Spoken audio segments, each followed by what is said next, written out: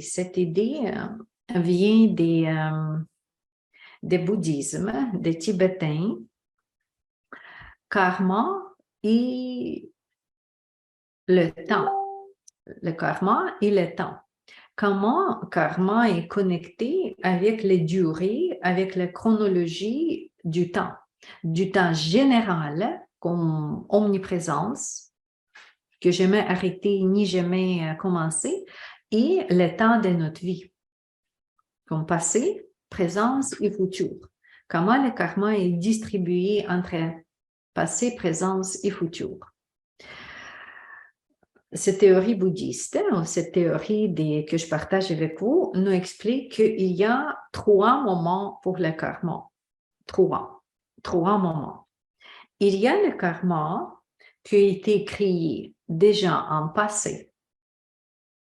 C'est là où est-ce que le concept de réincarnation, quand ça peut être le passé, la vie ancienne comme passé, mais ça peut être le passé, juste hier, c'est aussi passé. Mais plutôt ici, c'est le passé plus loin, le karma des vies précédentes. Toutes les actions des vies précédentes, tous des résultats des vies précédentes, si vous voulez, comme action le karma, comme le fil électrique ou comme le fil téléphonique qui vont connecter passé, présence et futur, ça va rester cette action-là, ça va rester entre la vie passée et entre la vie maintenant. Ça, c'est la première durée de karma, au premier type de karma.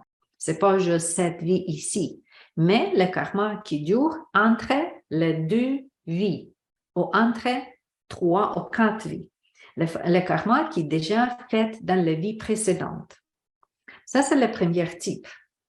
Et définitivement, si nous sommes vivantes ici, si vous êtes comme moi, on croit dans l'incarnation, il y a l'autre moment quand je vais parler un peu plus d'incarnation, mais si vous pensez que incarnation, réincarnation existe, ok, et nous sommes ici maintenant, c'est-à-dire que nous avons déjà notre bagage des vies précédentes.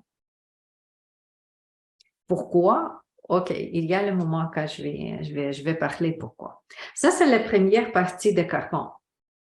Deuxième partie de karma, c'est que j'ai fait le karma aujourd'hui ou hier, non pas aujourd'hui, hier, la vie présente, maintenant.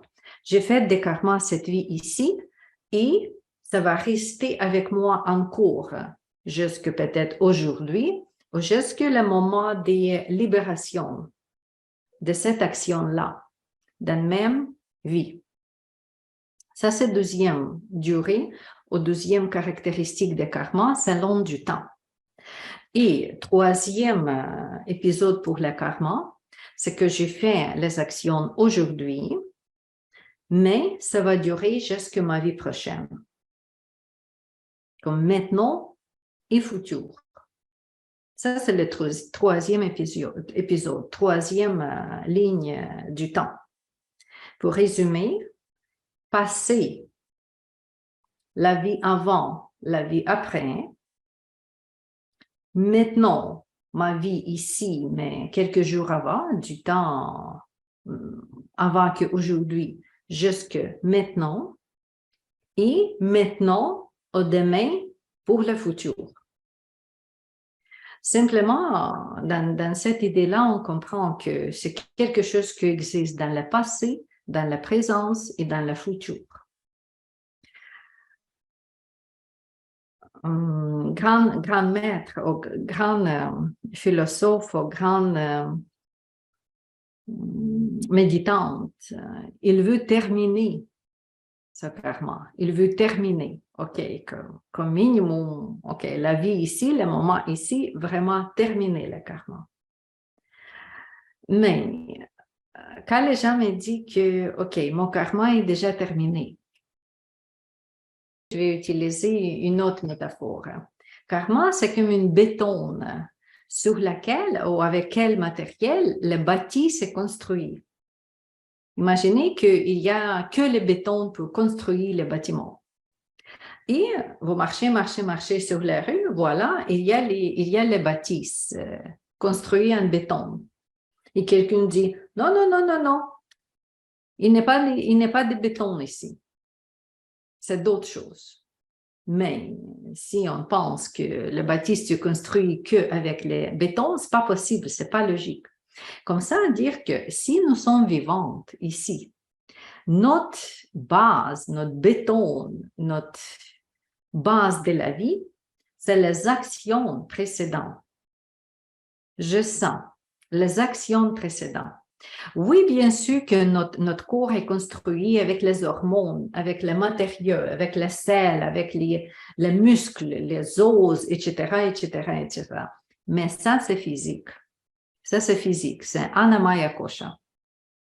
Parce que vous savez que des fois, il y a les personnes comme vous êtes et moi, mais si cette personne-là, il n'est pas de conscience du tout, ou il est malade, mentalement malade, ou d'autres types de maladies, on ne peut pas dire que lui encore une personne humaine comme normale.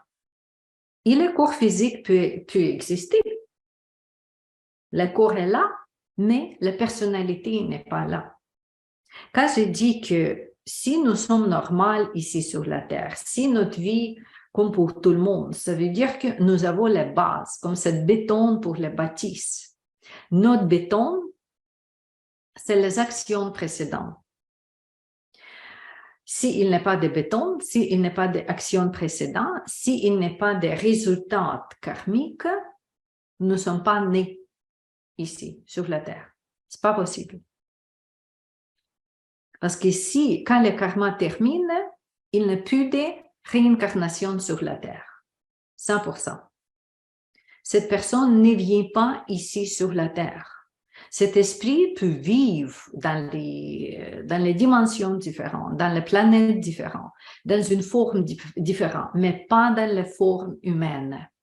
Si nous sommes humains ici sur la Terre, nous avons notre karma, nous avons nos actions, nous avons cette base, cette plante, ce schéma, ce blueprint avec lequel nous sommes construits ici, notre vie construite sur la Terre. Pas la vie, comme j'ai dit, comme le physique, comme la matière, que c'est ici les parties de karma, mais la vie comme les personnalités, les personnes avec la conscience, les personnes avec les ressentis, avec les émotions, avec les pensées, tout ça. S'il y a les ressentis, s'il y a les émotions, s'il y a les pensées, c'est-à-dire que c'est les fruits des actions. C'est l'effet des causes. Ça, c'est un karma. Tout.